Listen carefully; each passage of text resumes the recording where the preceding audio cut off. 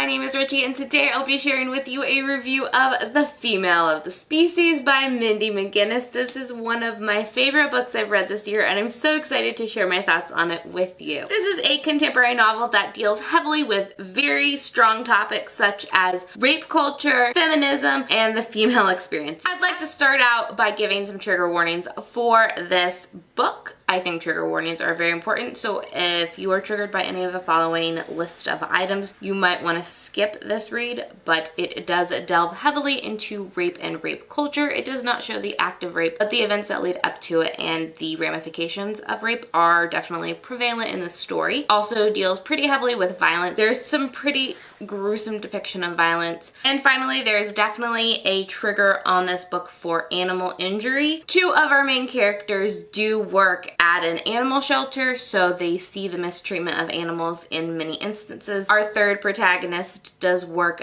part-time after school as a butcher with his father, and so you do have one scene where that is discussed. Now that we've talked about that, let's get into a summary. Like I said, this is a contemporary novel that has a huge commentary on rape culture, as well as how people view and react to both rape and rape culture and the female experience. This is set in a small town of Ohio, and so we see in a very microscopic view the effects and the ramifications these actions can have. Especially in a lot of the moments where we talk about rape culture or the female experience, this book will definitely have you nodding your head up and down, agreeing with exactly what Mindy Mcginnis and our protagonist are saying. There are moments where you are horrified by the things that are going on, partly because you realize these are things that happen in real life. The discussion of catcalling, the discussion of victim blaming are things we see in real life, and they're not okay, and they're not glossed over in this book, which is something I highly appreciate. I found this book to be powerful, strong, important, and very, very authentic. I also found it to be brutal at times.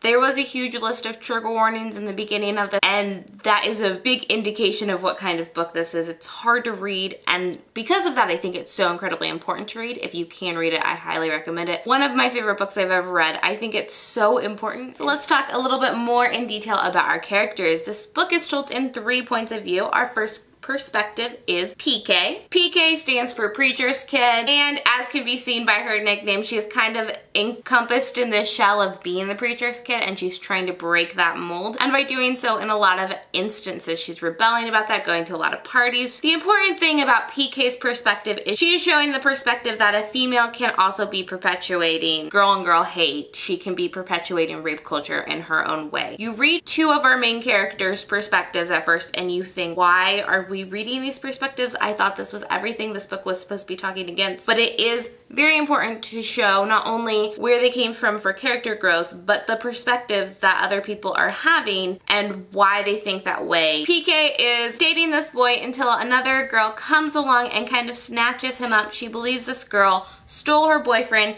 and she definitely starts acting in a girl on girl hate, slut shaming, and very just vicious kind of manner. Next up is perspective number 2, Josh. Josh is another perspective that kind of builds throughout the story and also is showing us another perspective that starts off as perpetuating the ideals we are trying to fight against in this book. Josh is the perspective of the male gaze. He is a golden boy. He's like on the football team. He has straight A's, but he also, again, is part of the problem. He perpetuates that locker talk, and not as bad as some, but definitely degrading to women, especially in the beginning of the story. He's kind of seen as sleeping around. And our third perspective is our main character, Alex. If you've heard anything about this book, Alex is probably who you've been hearing about. Alex is kind of the crux of the story. Before the story starts, Alex's sister was raped and murdered. Alex is the perspective of vengeance. Our first introduction to Alex is her describing how she is going to murder the man who killed her sister because he went on trial and was let off because there was not enough evidence to convict him. Alex doesn't have friends. She doesn't socialize a lot, partially because this thing with her sister has kind of put her on the outskirts, and because of it, she has also put herself on the outskirts. Alex also tends to push people away because she knows what she has done, and what she's done is bad, and she just does not want to get close to anyone. And like I said, said, our first introduction to Alex is that interaction where she talks about how she's going to go kill the guy who murdered her sister. Even with that being our first introduction to Alex, it's really clear that Alex is a character most of us are going to be rooting for. She is the voice that we want spoken up in this world, and what I really like about what Mindy Mcginnis does with Alex's character is she doesn't justify the behavior. She's not saying, yeah, this is what we need to be doing, or even more than that, she's not saying this is okay in this fictional setting.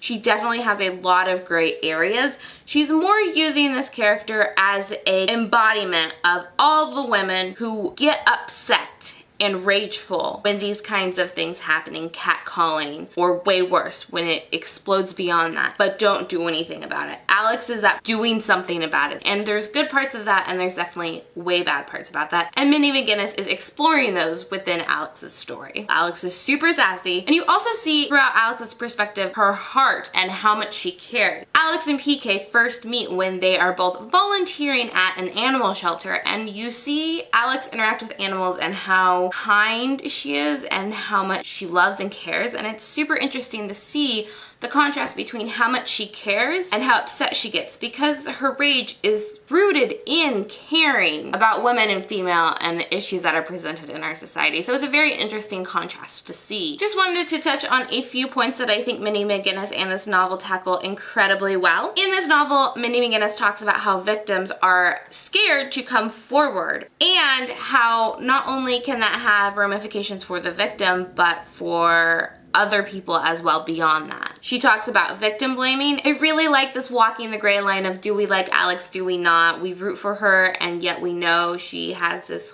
really dark side to her that we really shouldn't be okay with. And it's a very fine line between justifying her actions, which I don't think we ever do, but still rooting for her because she's doing what so many of us want to do and wish we could do, and hopefully making an actual change. Another thing I absolutely adore about this book is everything has ramifications. Alex and the things she has done have ramifications. Getting mad at a certain character will have ramifications. A character not saying anything after they were assaulted has ramifications. A character saying something after they were harassed has ramifications. It's very detailed in terms of what can happen if we do and what can happen if we don't stand up, and it's very interesting, enlightening, eye-opening. It's just a well thought out piece of work. I really think it's just brilliantly done. And Mindy Mcginnis's writing is also phenomenal. And this book is just jarring and scary because it's real and these things really happen, and that's why we need to be reading it. We need to read it to understand and to open our own eyes. Even if we are aware of these things, reading this book still opens your eyes to everyday sexism and rape culture. This book is jarring and it's hard to read. It's raw and emotional at times, and I just really loved it. This is just a book that's important for us to share with younger generations and for younger girls and boys to read this and understand it's not okay what's happening, and we can make a change. Probably shouldn't make that change by murdering people, but there are ways we can change our thinking and the way we talk that can really make a difference. That's the kind of books we need to be sharing with our youth. That's why I'm singing the praises of this book forever and ever and ever. I really, really loved it, and I think this is just an incredible, important, beautiful piece of work that we should all be reading no matter how hard it is to do so. So that is all for my review of The Female of the Species by Mindy Mcginnis. I hope you enjoyed this video. You should also give this video a thumbs up because that's super great, and subscribe if you want to because that's fun too. I'll see you in my next video. Bye.